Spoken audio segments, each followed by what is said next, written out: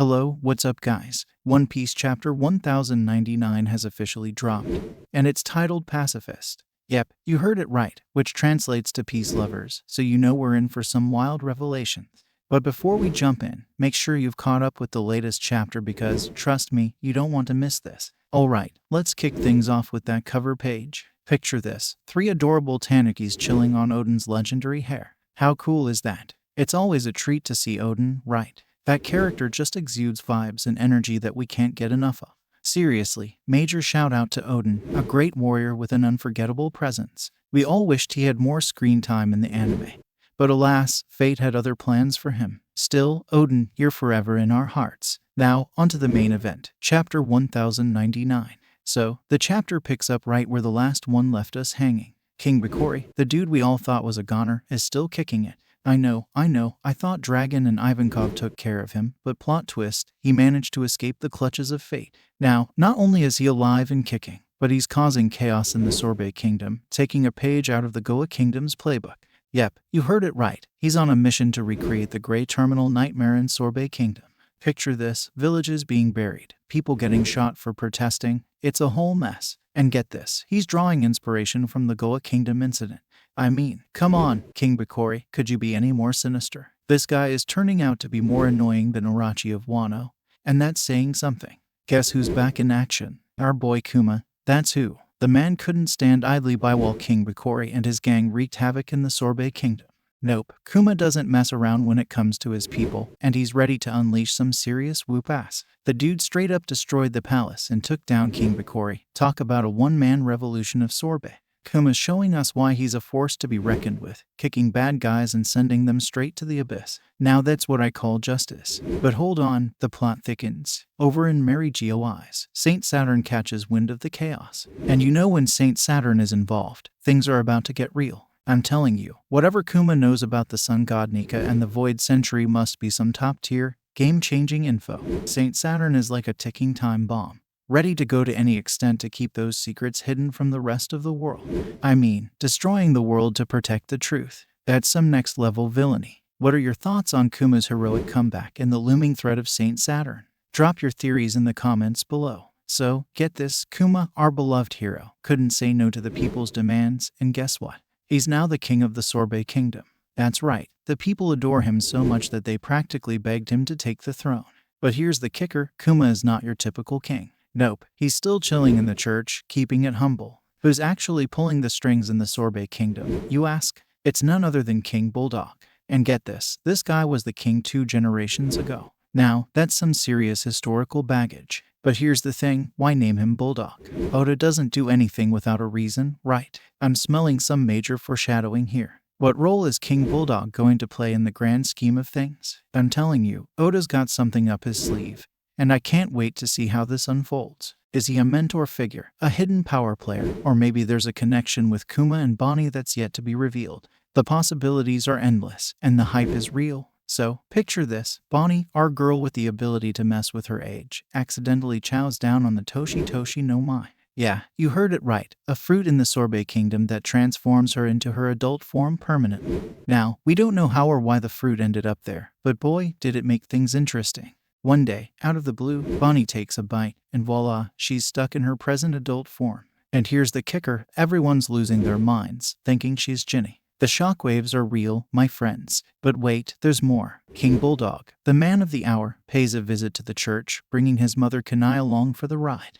Bonney, being the cheeky character she is, decides to practice her transformation skills while gazing at Kanai. And what happens? Her old form ends up looking like a spitting image of Kanai. Now, cue the hilarious mix-up scenes where everyone's mistaking Bonney and Kanai for each other. You can imagine the laughs, the confusion, and the chaos that ensue. Oda sure knows how to throw in a gag scene to keep us on our toes. So, check this out. Former King Bikori, the slippery dude who escaped not once, but twice, has now pulled a sneaky move and enlisted the world government on his side. Yeah, you heard it right, the big guns are involved now. And here's the kicker, the news that's making waves is that Kuma, our hero, overthrew Bikori for power and is now some kind of evil ruler in the Sorbet Kingdom.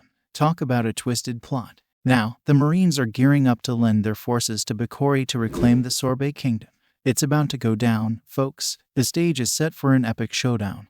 And the stakes have never been higher. Will Kuma be able to clear his name and save the kingdom? Or is he destined to face the wrath of the Marines? So, get this, Kuma has had enough of former King Bikori's shenanigans, and he's gearing up to settle the score once and for all. But here's the kicker, even if Kuma triumphs over Bikori, he won't be able to stick around in the Sorbet Kingdom. Yep, the hero's journey is never easy, right? In a surprising twist, Kuma decides to entrust the fate of the Sorbet Kingdom to none other than King Bulldog. That's right, Bulldog is stepping up to the plate, and he's taking on the responsibility of leading the kingdom. What a turn of events. But wait, there's more drama. Kuma has plans to take Bonney under his wing and live with her in the castle. However, there's a catch. Bonney won't be allowed to touch natural light. Now, that's got us all scratching our heads. What's the deal with this restriction?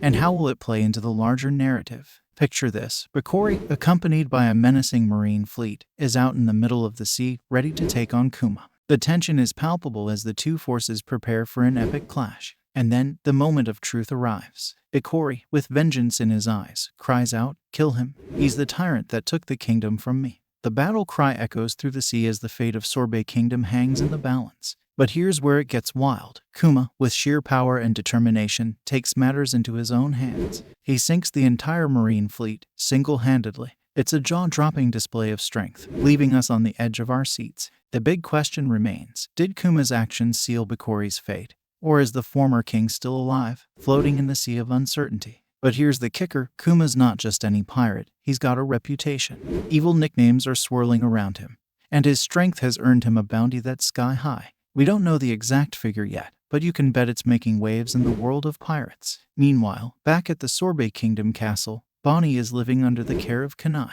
And guess what? The apple doesn't fall far from the tree because Bonney, with that fiery spirit, declares, "When I turn 10, I will become a pirate just like Dad." Talk about keeping the family tradition alive. The excitement is through the roof as we witness Kuma's transformation from hero to pirate and Bonnie's determination to follow in his footsteps. What adventures await them on the high seas?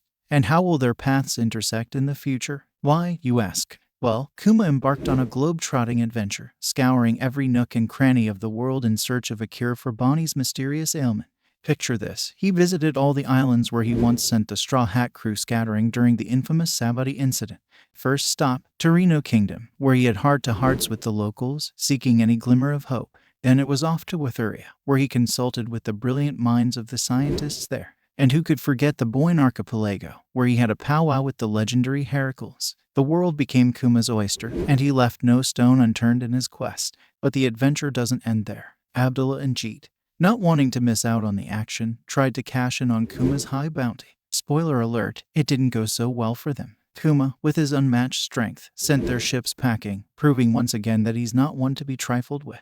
The stakes are high, the seas are vast, and Kuma's quest for a cure adds a layer of depth to his character. What secrets will he uncover? And will he find the remedy to save Bonney? But that's not all. Brace yourselves, because all the heavyweights of the Revolutionary Army are on board, standing tall and united. It's a reunion of epic proportions as Dragon, the enigmatic leader, faces off with Kuma, who's been on one wild journey since we last saw him. And here's the kicker, Dragon drops a bombshell on Kuma. Ivankov and Inazuma, two key players in the Revolutionary Army, have been captured and thrown behind bars. The details are scarce, leaving us with burning questions about how this happened and what fate awaits our beloved characters. As if that wasn't enough, Kuma, who started as a hero, then became a king, followed by a stint as a tyrant, has now added pirate to his ever-evolving resume. The dude's journey has taken more twists and turns than the Grand Line itself. In a moment charged with anticipation, below Betty lays it all on the line.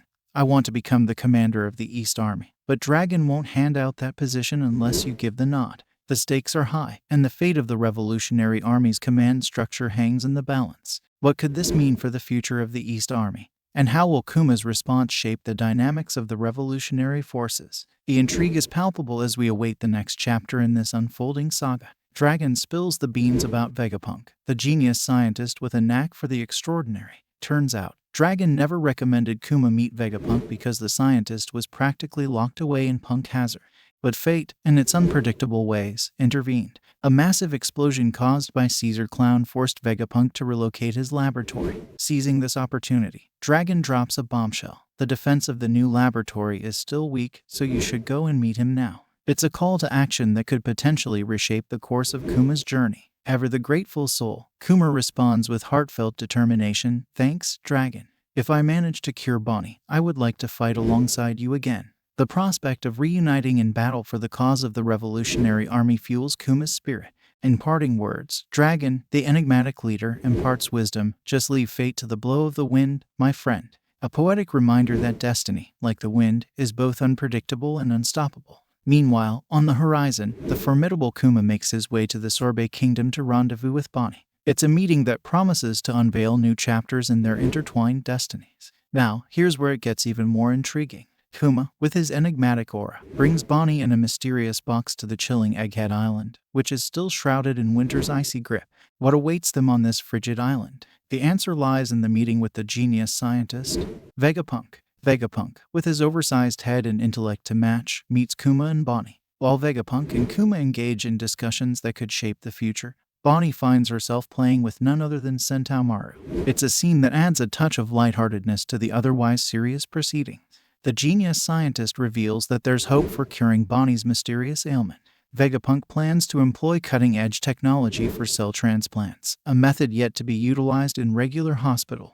However, there's a catch. The cost is steep, akin to the creation of a cyborg. The stakes are high, and the road to recovery won't be an easy one. But that's not all. In a surprising turn of events, Vegapunk tests Kuma's blood and makes a shocking discovery. Kuma is a buccaneer. Vegapunk, perplexed, questions why a pirate would seek him out. Kuma's response is simple yet profound. He trusts Dragon, the enigmatic leader of the Revolutionary Army. As the conversation deepens, Kuma delves into the differences between his blood and that of a regular human.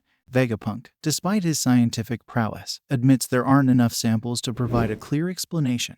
The mysteries surrounding Kuma's past, Vegapunk's groundbreaking treatment, and the implications of this meeting are enough to keep any manga enthusiast on the edge of their seat. In a bold move, Vegapunk proposes to Kuma, "Become a host of the clone army I'm planning to create, and I will cure Bonney for free." Talk about a deal with the devil fruit devil himself. Kuma, ever devoted to Bonney's well-being, agrees with determination, stating, "I will accept any condition for Bonney." But what will your clones do? Hold onto your straw hats because Vegapunk reveals his grand plan.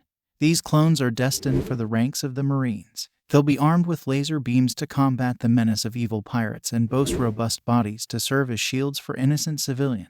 It's a technological marvel that raises ethical questions and sets the stage for a clash between science and morality. The stakes are higher than ever, and the fate of Bonney hangs in the balance. What sacrifices will Kuma make for the one he holds dear? And how will Vegapunk's clone army shape the future of the seas? In a sinister twist, Saturn smirks and drops a bombshell line that Vegapunk has no idea how to utilize this chance. "I have another idea." The plot thickens, and it looks like Saturn, with a mind as mysterious as the Void Century, has a scheme up their sleeve. In a moment of profound realization, Kuma declares, "At first, I plan to accept any condition, even if you've been a demon. But if your clones can save the lives of people, maybe this is the purpose why I was born." It's a soul-searching moment that speaks volumes about Kuma's devotion to the greater good. Vegapunk, seemingly touched by Kuma's resolve, remarks, "You are such a saint." But Kuma, ever humble, brushes it off, stating, "No, I am just a pacifista." Vegapunk, intrigued by Kuma's choice of words, responds enthusiastically, "I like that word. Let's use it to call the warriors of the future that we will create." The term pacifista takes on new meaning, embodying the warriors who will bring peace to the turbulent seas. What fate awaits Kuma, Vegapunk, and the creation of these future warriors? Share your thoughts in the comments below. Hit that like button if you're ready for the birth of the pacifista, and, of course, subscribe for more One Piece enlightenment. Don't forget to ring that notification bell so you're always in sync with the evolving tale. See you guys in the next video. Until then, you are watching Big News Morgans. Signing off. Peace.